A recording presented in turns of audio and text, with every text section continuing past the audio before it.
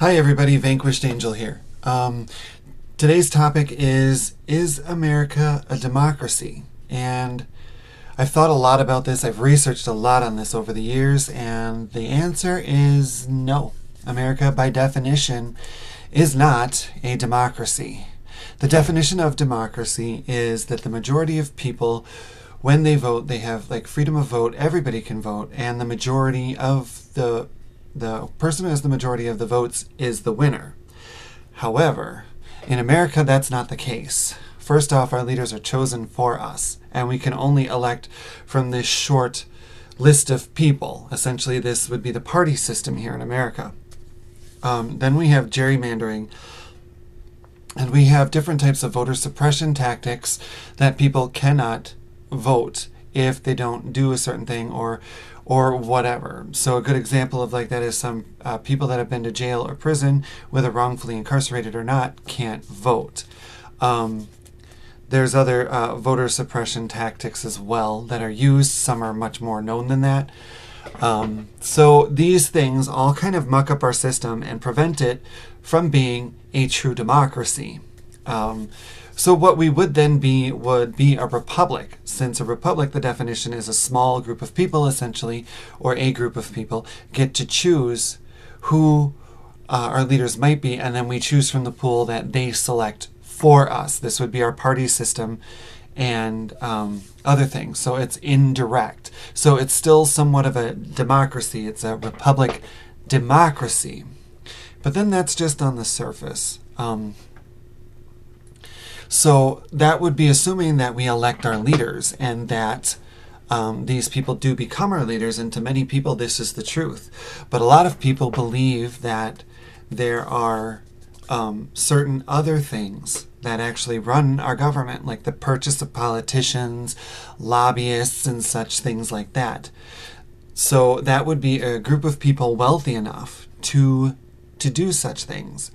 And the actual definition of that is something completely different. That's not a republic either. So a small group of people that have been in power for a while that actually have control of our government would be actually the definition of an oligarchy. Now, that oligarchy can change out. It's not always the same people. And it's not like kings and queens that's like a monarchy where it just follows the family and it's basically one person that has the say. An oligarchy is a group of people that have absolute say and they may change out. However, are we an oligarchy? Well, yes and no. Some would argue that we're a type of oligarchy called a plutocracy. What a plutocracy is when corporations and millionaires actually own our politicians and purchase them, and they actually are the ruling body because they essentially purchase the laws that are made. They can buy lobbyists. They pay for this to be done. And so we could definitely be an oligarchy. Another problem with us being a republic is that they yield, or even a democracy, is that they yield to public opinion and they do things according to what the public wants. A lot of our politicians don't do that. They serve their own personal interests instead, whether they're liberal or conservative or Democratic or Republican or any other party. Most of them are self-serving. They preach a lot and then they get up there and they take advantage of their position of power. And they kind of do whatever they want, which we see a lot of too in the American government. So out of all this, what are we actually? Well, we're a mix, actually. There's another type of government that also comes into play in America, as well as other countries like Iran and Iraq and all them. And that is a theocracy. Now, what a theocracy is when a person rules in the name of or under a god. So like a priest controlling things is a theocracy. Good side about it is you have the religious rule, I guess, and there's some benefit to that maybe. The bad side of it is you have religious rule and they kind of go off on whims about things. Like, most people don't know this, but up until the 1980s here in America, ice pick lobotomies were done on children that they thought might be homosexual. in sexual orientation change programs, oftentimes called conversion therapy or reparative therapy. So we have this dogma that also comes with it. And how that is in America is right now we have the evangelicals. And the evangelicals formed mostly and grouped together mostly back during the hippie movement. So during the hippie movement, you had all these people that were like, make love, not war, and all this, but they weren't going to church so much. And they didn't exactly back the church as much. And so the religious people, to kind of fight this, formed kind of their own communities and opened their own schools. But there are several problems with this. A, the government cannot hold religion as more valid than another. And B, a lot of religious schools used to, and probably many still today depending, and homeschooled all have the same problem, is that their students aren't completely taught everything that is required. So when they graduate from school, they might be taught biblical verses, but they're not taught how to survive in the world. They can't keep up with mathematics. They have no idea of science or anything that they might actually need to use when they're an adult. Not to say that you don't use the Bible. You might. So these communities formed, and our government stopped funding their schools. And they took this as an attack on their religion because the government wouldn't give them money to open their own schools. Instead, the government kept the political, or our school system, open. And so they reacted, and they've been, ever since then, trying to seize power. So if we are ruled by a religious body, we are not any of the above, we are a theocracy. So with all that here, and you look at our government, well, the evangelicals pressure our politicians and have almost as much force as the billionaires and corporations.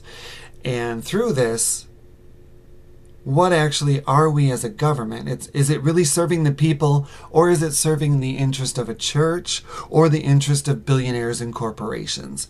In my personal opinion, we are actually a mix of plutocracy and theocracy. And a lot of people consider religious institutions, or many religious institutions, to actually be more of a business. They collect lots and lots of money, but oftentimes can't show what they do with that money. And in our government, they're not required to, because of mostly the pressures of the evangelicals and others backing religion, that they don't have to. They could go have $10 million mansions, and they don't have to prove anything about how they paid for it, or was it church donations or anything else. And a lot of people in our population just take for granted that they're using it for the good cause they're advertising. And sometimes that's the case, sometimes it's not. Actually, kind of often these days it's not. So in my conclusion, we are actually more of an oligarchy, or the oligarchy, which is the plutocracy at this point. And the pivotal thing to know about that is that most plutocracies fail. They don't last long. They don't serve the people, and their economies crumble. And America is particularly vulnerable to that, as you see the wage difference is increasing. So like CEOs make 7,000 times the standard worker right now, and that's bad. Because CEOs don't spend the money in our economy. They hoard it, save it, and go to another country and maybe open businesses there. They don't stay here in America too often, and a lot of their money isn't spent. It's hoarded. However, that little worker, that's getting paid less and less of the piece of pie. So the number may get bigger, but their piece of pie gets smaller. That worker is the actual person that supports our economy.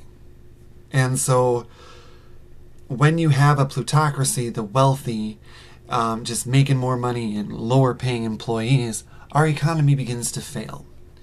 And they simulate it looking good by tax cuts and, oh look, we have record profits. That's great. Are you paying your employees more? Are you increasing benefits? And what happened recently is that a lot of the stores are actually started closing. Hundreds of storefronts have closed. The mall in my area shut down. So it's done. Malls were on their way out, though. But all the anchor stores left all at once, closed their doors. They didn't even open another store. Lots of like Gordmans have closed. Walmarts are closing. Sam's Clubs are closing. And a lot of people credit the internet for this. And it might be the internet. But what is the internet? Just a way for them to not pay employees and still market their product and make money. So this is eventually going to damage our economy irreparably. And this is why plutocracies tend to fail. And through history, almost every single one has failed. So that's my fear. What do you think? You can leave it in the comments below. I will post some links to definitions and things so you can check if you want to. Thank you for watching, and have a wonderful day.